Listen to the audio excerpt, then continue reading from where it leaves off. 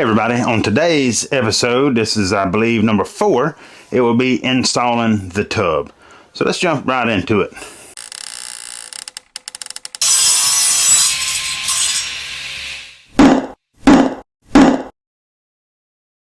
The first thing you need to decide is what kind of fixture you're using. I'm using a single valve fixture, a single handle fixture. So what will end up happening is you'll have either 3 or 4 input, output, however you want to say it. If you're doing a tub, the 4th one will be the spigot, but if you're only doing a shower, it'll just be your top. Well, anyways, they come with one of these mud rings that screw to it, and that should be your finished height. So what you need to determine is what you're doing. For example, I'm going to be putting a tile surround, which means I've got 1/2 inch of concrete board and then roughly another 1/2 inch of thin set and tile, give or take. So you just want to make sure that honestly you're a little less than that. You don't want to be too far because you can't leave a gap between your beauty ring and your finished surface. So if anything, you want to be a little less. So what you're going to do is it comes with, if you've got a single, now if you've got a triple handle, they're a little different when it comes to mounting, and you won't be able to screw it directly to the board. You'll have to use some type of something, like a clamp of some sort, like the straps. That's the word I'm looking for, straps. Anyways, so what we're going to do is take, and there's 4 holes in my fixture right here. See these little ears sticking up? 2 of those are going to be used for your beauty ring. So you want to make sure you don't use those 2 for your beauty ring to mount it to the wood. Otherwise, you can't put the screws in. So anyways, we're going to measure from our inside wall 16 inches because my tub is 32 inches. Either way, you want to center up your valve with your drain. Mine is actually at 16 inches. Some of them may be a shade off because of your outside wall of your tubs being a little bigger than the inside wall. Either way. So all we're going to do, screw him to that board, take that board in between our studs and screw them off to our studs. That gives us something solid that this is mounted to. And then we'll mount the tub. All right. And you should end up with something that looks like this. That's got our, this will be our going up, hot's on the left, cold's on the right, and then a spigot. Now you want to take the height of your tub, which I think mine's like 15 3/4. You want to add 3 inches to that, is what I do. And that's where my spigot, where my spout's going to come out. And then I like to add another 6 inches to that if it's a shower tub combo. If it's only a tub, it's a little different, but shower tub combo, I want it to be high enough to where, you ain't going to bend way far to get it. Now, if you're doing only a shower and not a tub, then you would go 42, or the numbers I like to go is 42 and 82. That's 42 for the fixture, 82 for the head. But anyways, all we do now, we're going to pipe him in, and we'll take another board just like we did here, and we'll put it at 82 inches. And then what I like to do there is get it as close to the finished face as I can. And you'll use a drop ear to L. I got one somewhere around here. Yeah, right here. You'll use a drop ear to L. Looks something like that right there. And that'll go up, and that's what your head screws into. That's when you got to put a 2x4, because everybody's been in a place where you go to move the head and it wobbles real bad, and that means they probably didn't use one of these guys. So all we're going to do, like I said, is go up 82 inches, and we'll put our drop ear to L, pipe it all in, and then we'll have to set our tub, and I'll show you what we're getting into then. Got my valve in. Here's my pecs running up. Got my drop ear to L up there. Now, if you are only replacing your tub, then you should have some type of cutout in plumbing already here. If you're switching the drain, I recommend getting a hold to an actual plumber. But I mean, if you want to try it yourself, then there are probably a ton of videos online. I'm not a plumber, so I'm not going anyways. But you will need a hole like this for your drain to go out. So I've got mine, but I also need to raise this floor up 3/4 of an inch. So I'm gonna put my new piece and cut my hole out for my drain, and then I'll show you how to put the tub together. And guess what? All that's left then is to set him. All right, now we're ready for our drain and our overflow in our tub. And what we're going to start with is some plumber's putty.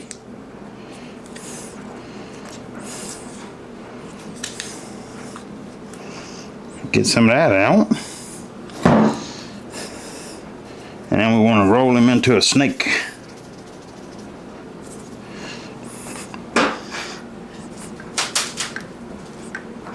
Fairly thin snake at that.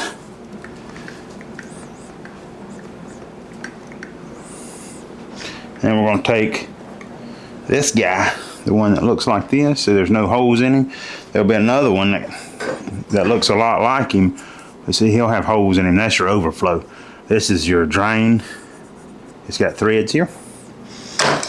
So we're going to take our stopper. I'm going to go ahead and pull him out just so I don't get anything on him.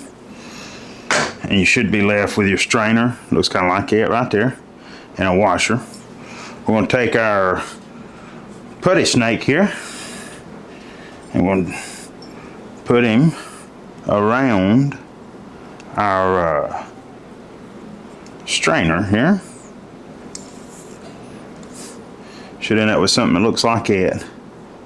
That's what's going inside the tub. So we're going to put him through the hole. And if you mush him a little bit, he'll pretty much stay. Then we're going to take our washer, our rubber washer that they gave us. He goes on this side. And then we're going to start our 90 with the threads on it. And from here, a lot of times it's easier with two people because then one can turn while one holds. It can be done alone. You will need a strainer wrench. I'm just getting it close here, tight as I can by hand. Let me grab my strainer wrench. There he is. And then we're just going to tighten him up some here.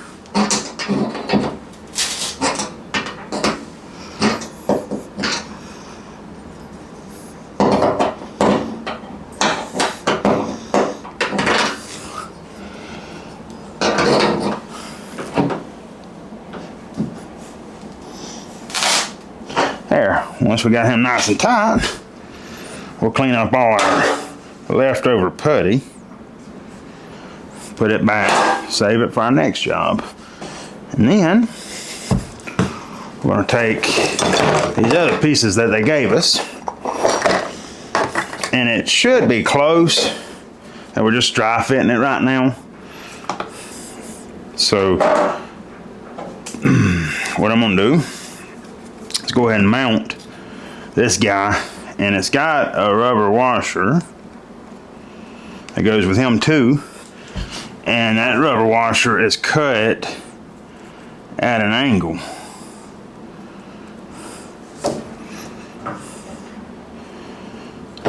I don't know if you can see it. This is the fat side and the skinny side. Skinny side goes, here's our drain, so the skinny side goes away from it. And then you'll take this gentleman here, which is your overflow cover, and there's 2 screws. You just take him, put your 90 up, and there'll be a cutout on the overflow. See, one side has a full ring, the other side has a cutout that goes down. And all we're going to do, or all I'm going to do, is start him right now. And it just kind of gives me somewhere for that to kind of hold. So So I can take this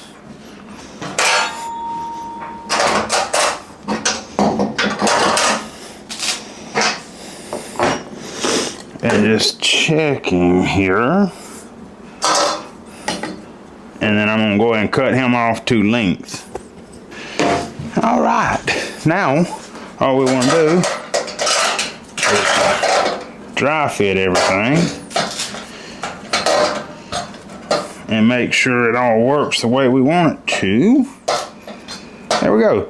And now we can actually glue it all together and we'll be ready to set the tub. So this is our setup. This is our overflow, our drain, and he's ready to come down. Now to determine where to cut the hole in your floor, yours may set up high enough you don't have to. I have to because this would set on the floor if I just put it straight in like it is. So to determine that, you go from this corner, which is our wall. Here's our corner for our wall and wall, you know. Go there, and mine is 14.5. That's center of this. So we're going to go about 6 inches just for the wide. So 14.5 is going to be our center. We'll make it 6 inches wide, and then depth should be around a foot. That's pretty standard. Now yours may be different. You can measure from here down to clear this, make sure it's a foot, but that's kind of a pretty standard number. So we're going to go a foot by 6 inches wide, and we're going to make the center of it 14.5 inches. So I'm going to go cut that hole. All right, I don't know if you can see the hole over here, but it's here. I've got it cut. Now all that's left is to get the tub in the hole. And this is actually one of the hardest parts when you're alone. What I like to do is 9 times out of 10, it's too big. You know what I mean? In the sense that you can't get it in there. It's interesting. Let's just say that. It's interesting. It's interesting. So, the best advice I can give here is do what you can do. You know what I mean? It's ideally have 2 people, but if you're by yourself, just, like I say, do what you can do. So, what I'm going to try is to get it kind of in that back corner over there. So, because if the bottom front corner, if you can get between studs, it gives you a little more room, and you know what I mean. So let's just see what happens. Also, if you were smart when you was buying this and you paid attention, you might have most likely got a fiberglass tub. You hear that? Yeah. For me to find the tub the size I needed, I looked and looked and looked and looked, and then finally when I found it, I just bought it. Didn't realize I had bought a steel tub. So when it comes to mounting it, I'll have to drill holes. You could just go straight through it, you know, if you got a fiberglass tub, that is. If you got a steel one, well, stay tuned. You're going to get to see what happens.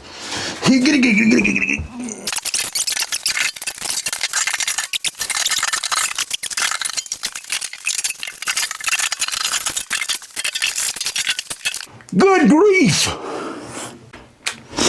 Okay, now if you were setting a big deep soaking tub, a lot of times they call for a mortar bed, and all you would do is mix your mortar, pour it under it, so when you set it, and then you kind of wiggle it down so it supports the tub all the way. This tub, for one being metal and for two being such a small tub, does not call for that. So now what I like to do is I'm gonna just set me a level, or you can put a laser level up if you wanted to. Set your level across there, and a level across here. Okay, so from side to side, I'm perfectly level. On short ways, the back end needs to come up a little bit, and then let's check him over here. Samesies. So both the back needs to come up about a good 3/8 of an inch, it looks like. So all I'm going to do that is I'm going to take and drill a pilot hole, since I got a steel tub. I'm going to take right here, See my stud here? I'm just going to drill my pothole right on that stud.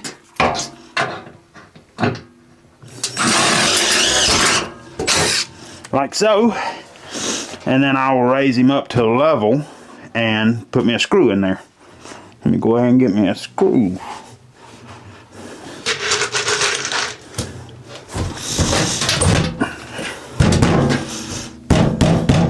Now, what I have found is about the best way to do that is it's going to be hard to lean and screw at the same time. So what I did is, you see me jack it up, and then I keep pressure against the front.